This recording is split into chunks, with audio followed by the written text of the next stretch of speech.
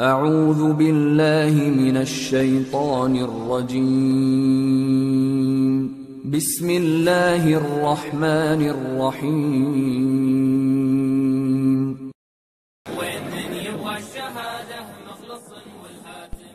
Para sahabat Rasulullah adalah manusia-manusia pilihan. Mereka mendapatkan gelar generasi terbaik umat Islam. Merekalah contoh paling ideal bagi kaum muslimin untuk berkaca.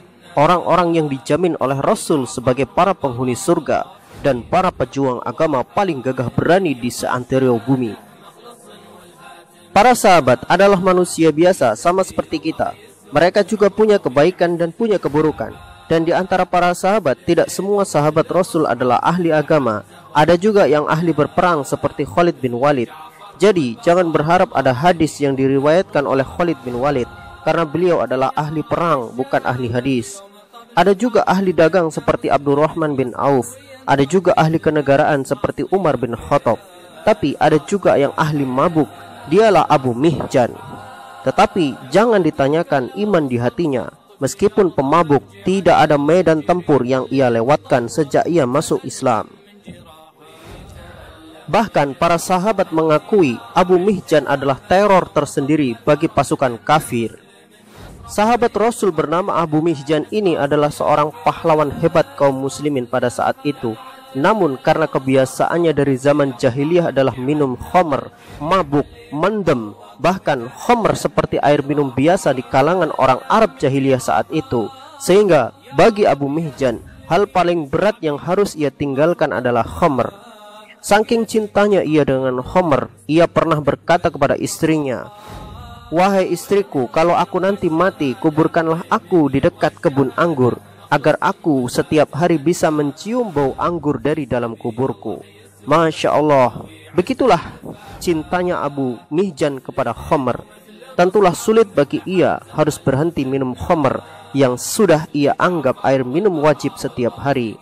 Mungkin keadaan Abu Mihjan ini mirip dengan pecandu rokok, karena sudah saking kecanduannya sampai perokok-perokok berat itu berkata, "Mending tidak makan daripada tidak rokok. Udut ora udut bongko, udut wae ben cepet bongko."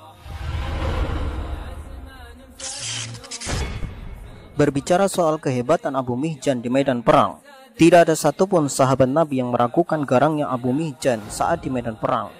Dia mempunyai skill pedang yang hebat dan gerakan yang sengit. Di samping itu, Abu Mihjan ahli dalam memecah formasi barisan musuh dalam mode pengepungan maupun mode bertahan.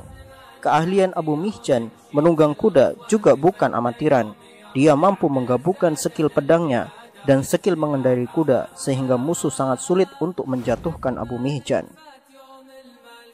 Namun, jika bicara sisi lain dari Abu Mihjan dalam masalah khamr, tidak ada orang yang lebih bandel dari Abu Mihjan. Pada masa kepemimpinan Abu Bakar, Abu Mihjan sering dihukum cambuk 40 kali sebagai hudud karena telah meminum khamr.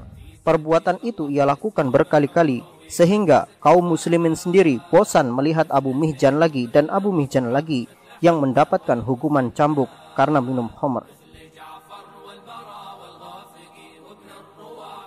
Ketika kepemimpinan Umar bin Khattab radhiyallahu anhu, hukuman bagi peminum khamr ditambah menjadi 60 kali cambukan. Dan tetap saja Abu Mihjan adalah langganan cambuk karena selalu mengulangi minum khamr. Sebenarnya Abu Mihjan telah berusaha untuk meninggalkan khamr, tetapi godaan khamr selalu saja membuatnya melanggar tekadnya sendiri. Bahkan dia telah pergi ke semua medan perang untuk menggapai syahid. Dia berharap dengan syahid Allah akan mengampuni semua dosanya dan dia tidak lagi menyusahkan orang lain karena kebiasaan minum khamrnya. Saat itu pecahlah pertempuran Qadisiyah. Umat Islam yang dipimpin oleh Sa'ad bin Abi Waqqas berangkat menuju Persia untuk menjinakkan negeri penyembah api tersebut. Karena saat itu Abu Mihjan baru saja kedapatan minum khamr, Umar bin Khattab radhiyallahu anhu memerintahkan 2 orang untuk mengirim Abu Mihjan ke suatu daerah untuk dikarantina. Namun di tengah jalan Abu Mihjan berhasil kabur dan menyusul pasukan Sa'ad bin Abi Waqqas menuju medan Qadisiyah. Sesampainya di Qadisiyah, Abu Mihjan meminta kepada Sa'ad bin Abi Waqqas untuk berperang. Dia berharap bisa mendapatkan syahid. Dengan begitu ia tidak lagi akan menyusahkan orang lain karena kebiasaan mabuknya. Sa'ad pun mengizinkan Abu Mihjan berperang.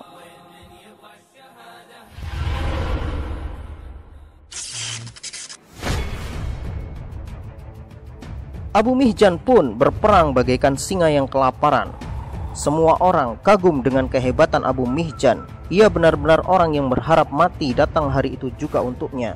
Namun apalah daya, Allah masih menghendaki Abu Mihjan sehat walafiat. Di sela-sela istirahat itulah godaan khamr merasuki Abu Mihjan.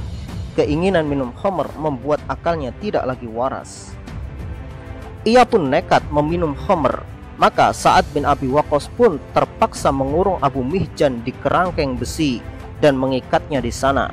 Pertempuran kembali terjadi, tapi Abu Mihjan tidak bisa ikut berperang. Di saat seperti itulah Abu Mihjan menangisi kesalahannya. Andaikan ia tidak meminum khamr, maka saat ini ia pastilah berada di barisan terdepan kaum muslimin untuk menjemput syahid. Abu Mihjan pun bersyair dengan penuh kesedihan. Sedih menyelimuti hatiku, karena aku terbelenggu di balik jeruji besi.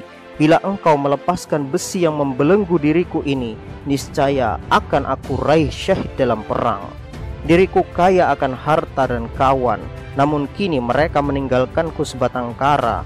Tubuhku kering karena sengatan matahari. Ku perbaiki timbangan yang rusak, hanya ampunan Allah yang aku harap. Mendengar rintihan Abu Mihjan, istri Sa'ad merasa iba dan kasihan. Abu Mihjan pun merayu istri Sa'ad agar melepaskan ikatannya. Abu Mihjan berjanji jika ia syahid maka ia tidak akan menyusahkan orang lain lagi. Jika ia masih hidup maka ia akan kembali ke penjara dan menerima hukumannya. Istri Sa'ad pun memberikan kebebasan kepada Abu Mihjan karena janjinya. Maka Abu Mihjan membawa kuda milik Sa'ad bin Abi Waqqas yang bernama Balqa, dan ia menutup wajahnya dengan kain hitam, kemudian menuju medan perang dengan penuh keberanian. Sa'ad bin Abi Waqqas saat itu sedang terkena sakit bisul di sekujur tubuhnya, sehingga ia tidak bisa menunggangi kuda. Ia hanya bisa mengawasi pasukannya dari atas sebuah benteng yang terbuka. Dari tempat itulah ia memberi komando kepada seluruh pasukannya. Ketika pasukan Islam terdesak oleh pasukan Persia, dan bantuan pasukan dari Yarmuk pun tidak berhasil membuat pasukan Persia mundur, perang yang sangat sengit pun terjadi di sana. Gempuran demi gempuran beradu sehingga kaum muslimin telah pasrah.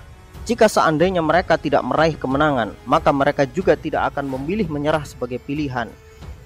Jalan terakhir yang ditempuh pasukan Islam adalah pengorbanan nyawa tanpa berpikir untuk pulang kembali ke kampung halaman. Di saat pasukan Islam terdesak itulah tiba-tiba muncul kesatria yang menutup wajahnya dengan kain hitam. Ia datang seperti hantu. Ia menerobos pasukan Persia tanpa takut apapun. Pasukan Persia yang bertahan pun ternyata tidak sanggup menghadapi tebasan pedang kesatria bercadar ini. Barisan mereka berhasil pecah sehingga formasi mereka hancur karena satu orang. Dialah Abu Mihjan. Sa'ad bin Abi Waqqas pun terkagum-kagum dengan sosok pengendara kuda ini. Dia bergumam, kalau aku tidak yakin Abu Mihjan ada di penjara, aku pasti mengatakan dia adalah Abu Mihjan. Dan jika aku tidak yakin si Balqa ada di kandang, aku pasti katakan itu adalah Balqa. Sa'ad bin Abi Waqqas sangat yakin jika itu adalah Abu Mihjan dan kuda itu adalah si Balqa, kuda kesayangannya. Namun ia juga yakin Abu Mihjan ada di penjara dan Balqa ada di kandang. Kesatria bercadar itu pun terus menghantam pasukan Persia tanpa ampun. Dialah penguasa medan tempur saat ini. Seolah pertempuran ini adalah panggung miliknya untuk menunjukkan betapa hebatnya dia dan betapa rindunya dia dengan kematian. Ia seperti orang yang berusaha menebus semua dosanya dengan berharap kesyahidan sebagai tujuan utamanya. Benar-benar orang yang tidak mengenal rasa takut sama sekali. Pada hari itu pula Allah Subhanahu wa Ta'ala berikan kemenangan bagi kaum muslimin. Seperti janjinya, Abu Mihjan pun kembali ke penjara dan mengikat dirinya. Ia tepati semua janjinya tanpa berpikir untuk lari.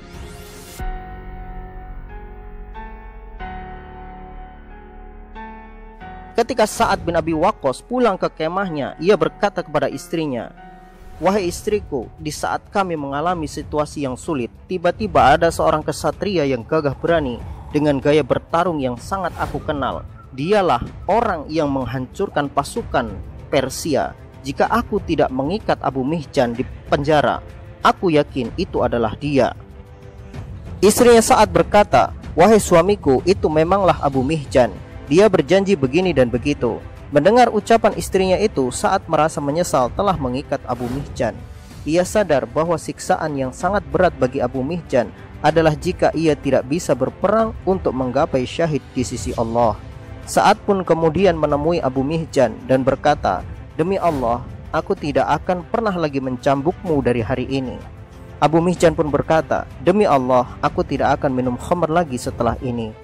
Bukan aku takut kepada cambuk, tetapi karena aku ingin Allah membersihkan semua dosa-dosaku." Subhanallah, kita lebih layak untuk mengikuti jejak Abu Mihjan. Berapa banyak dosa yang kita lakukan tetapi kita tidak pernah membersihkannya. Bahkan kita merasa aman dari dosa-dosa itu, padahal Allah memberikan kita kesempatan untuk membersihkannya. Sahabat yang beriman, seseorang yang memahami kesalahannya dan berusaha merubahnya, kemudian ia mengulangi lagi kesalahannya, kemudian ia bertobat, kemudian mengulanginya, ia mungkin masih butuh proses untuk berhenti secara sempurna. Seperti Abu Mihjan, ia butuh waktu yang lama untuk bertaubat dari khamr dan kebiasaan mabuknya. Semoga kisahnya menjadi teladan bagi kita semua yang masih berusaha untuk membersihkan diri dari dosa.